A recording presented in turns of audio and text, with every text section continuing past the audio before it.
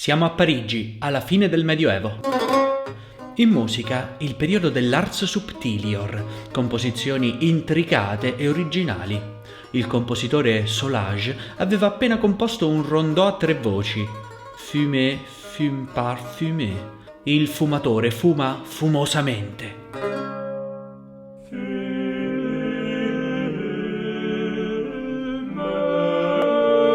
Le strane alterazioni di questo brano sembrano suggerire un'atmosfera distorta, psichedelica. Le linee scivolano cromaticamente verso il basso, la musica si affloscia come a rappresentare una sorta di spossatezza, di estremo rilassamento.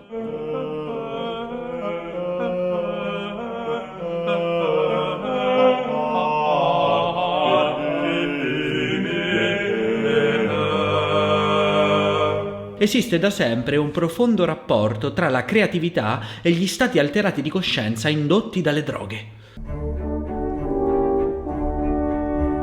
Negli anni 50 del Novecento lo scrittore Huxley pubblicava The Doors of Perception, un saggio sugli stati alterati di coscienza indotti da una sostanza che si ricavava da un cactus, la mescalina. Nel 1954 il poeta Allen Ginsberg avrebbe pubblicato il suo capolavoro, il poema Urlo, ispirato proprio dall'uso della mescalina. L'idea di superare la coscienza, l'idea di usare le sostanze a fini conoscitivi e creativi, torna di moda lungo tutti gli anni 60. Nel 65 un poeta scapestrato che viveva su un tetto in California fondò un gruppo musicale che si rifaceva proprio al titolo dell'opera di Huxley, The Doors. Nel frattempo, un giovane scrittore di Salem cominciò a sperimentare con alcuni strani funghi che crescevano sulle coste dell'Oregon, tra le dune, e partorì uno dei romanzi di fantascienza più belli di sempre, un inno alla psichedelia, Dune di Frank Herbert. Dall'altra parte dell'oceano i Beatles cantavano dell'LSD nelle loro canzoni. Ma sapevate che gli artisti hanno sempre sperimentato sostanze di ogni tipo? È il caso anche del compositore dell'Ottocento di cui parleremo oggi, che scrisse un'intera sinfonia sotto l'effetto dell'oppio. Sto parlando della Sinfonia Fantastica di Hector Berlioz.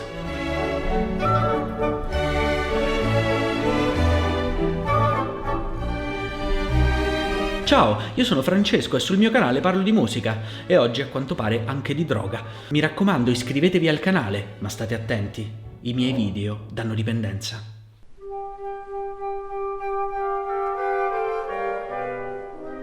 L'11 settembre 1827 la compagnia teatrale inglese di Charles Kemble arrivò a Parigi. Gli attori iniziarono a diffondere Shakespeare nel continente, rappresentando Amleto, Otello e ottenendo un grande successo. Tra il pubblico parigino c'era anche un giovane compositore che veniva a tutte le rappresentazioni, pur non parlando una sola parola di inglese. Hector Berlioz si era innamorato perdutamente dell'attrice Harriet Smithson. Nella Sinfonia Fantastica, che racconta l'ossessione amorosa di Berlioz, Harriet è rappresentata da un'idea fissa, un tema musicale che perseguita il compositore e ritorna in ognuno dei 5 movimenti della sinfonia. Ascoltiamo questo tema meraviglioso. Il tema sale in alto, sognante, anelante, ma poi si ripiega su se stesso, cala in basso, come in un brusco ritorno alla realtà.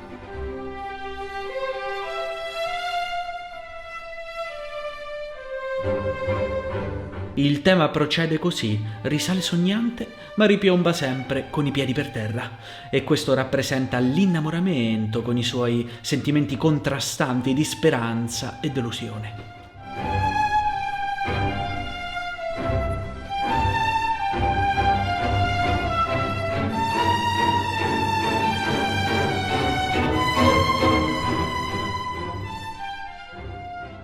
E notiamo il colore delicato di questo tema, affidato ai violini, ma anche alla dolcezza dei flauti.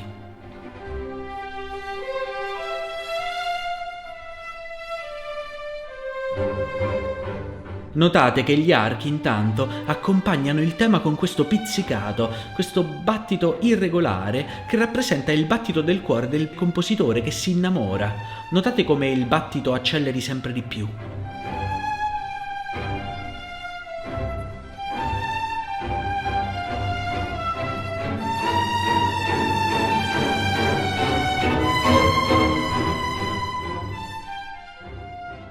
Questo tema dell'amata ritorna continuamente variato lungo tutta la Sinfonia Fantastica e rappresenta in questo modo l'ossessione amorosa, l'idea fissa, la definisce Berlioz, in francese idée fixe.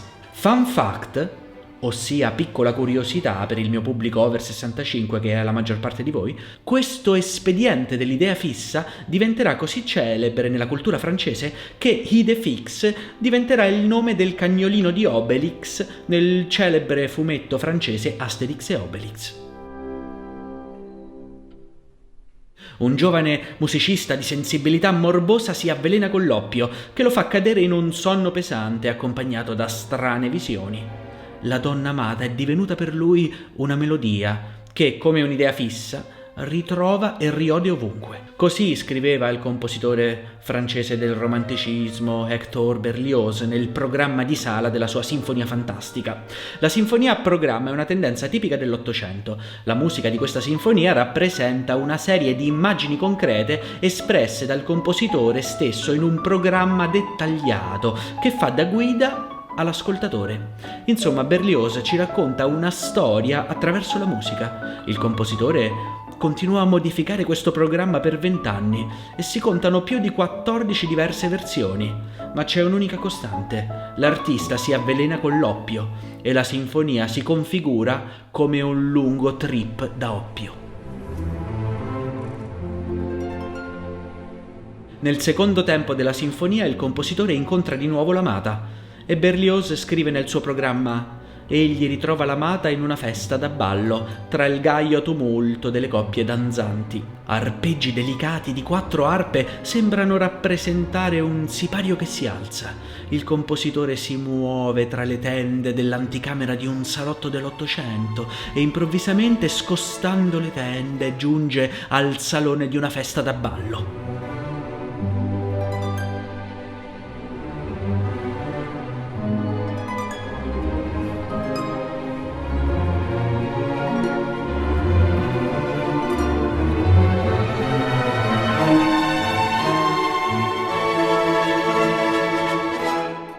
Ascoltiamo un valzer, notiamo il tempo in 3/4 tipico di questa danza.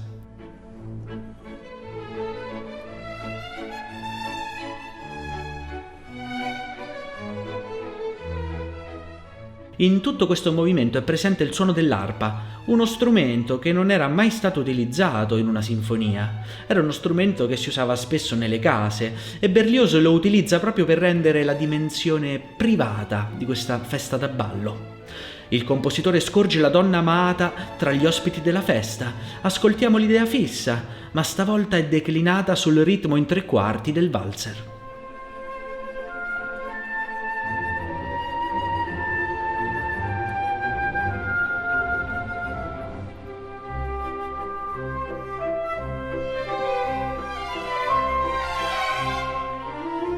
Harriet appare come una visione, ma si dilegua. L'amata è sfuggente e si perde tra gli invitati. Nel quarto movimento della sinfonia l'artista assume l'oppio e ha delle visioni. Immagina di aver ucciso la sua amata e viene condannato a morte. Viene condotto al patibolo al suono di una marcia.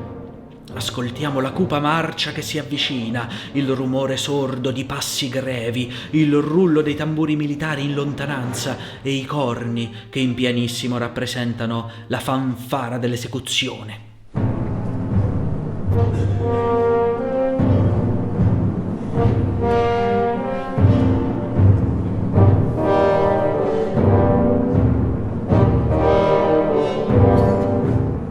Stanno venendo a prenderlo. L'antidroga, sta venendo l'antidroga. Nel 1830 le esecuzioni pubbliche erano molto frequenti in Francia. La marcia diventa sempre più incalzante, come una corsa.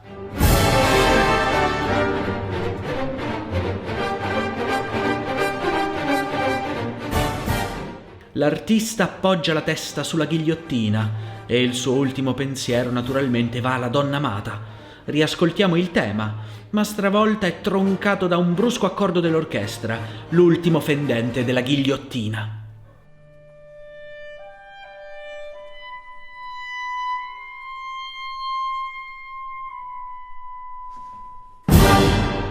Il pizzicato degli archi e il tonfo dei timpani rappresentano il rimbalzo della testa del compositore che rotola nel cesto. Questo probabilmente è il modo di Berlioz di dirci: ragazzi, non drogatevi, ho perso la corsa della vita a causa di quella robaccia.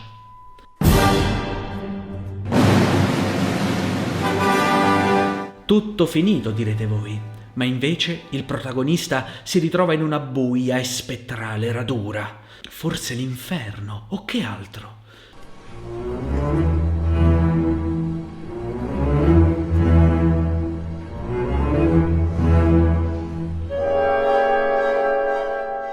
I violini suonano un accordo di settima diminuita, l'accordo del mistero, e suonano acuti con la sordina e con la punta dell'archetto, generando un suono misterioso, aspro, teso e tremolante.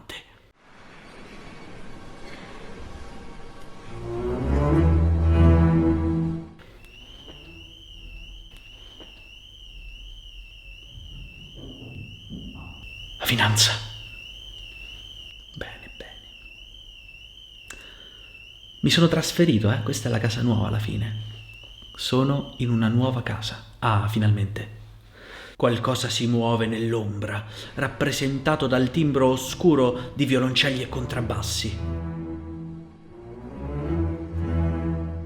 Si odono risate malefiche tra le ombre e lunghe urla in lontananza, rappresentate rispettivamente da questi moduli ripetuti e da queste lunghe scale discendenti.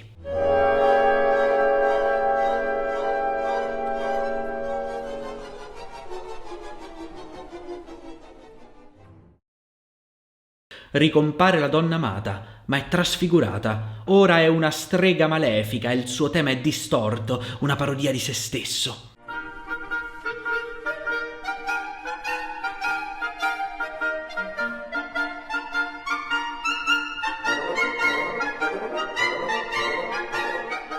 La donna si unisce a un gruppo di streghe. Ci ritroviamo in un sabba, una riunione di streghe.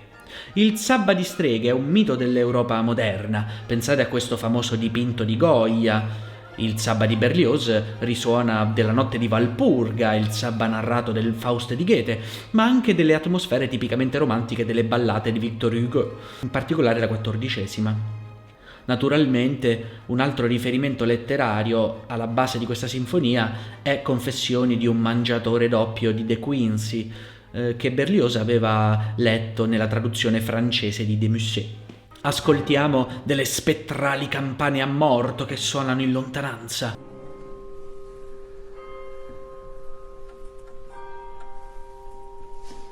Compare un tema oscuro, tetro. È il tema del Dies Irae, l'antico tema gregoriano medievale della morte.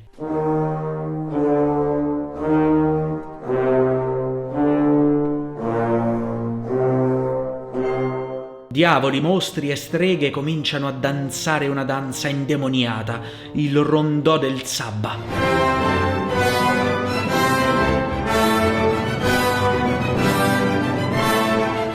I violini con queste lunghe e veloci scale suonano come gli spettri che svolazzano intorno al fuoco di questo sabba psichedelico.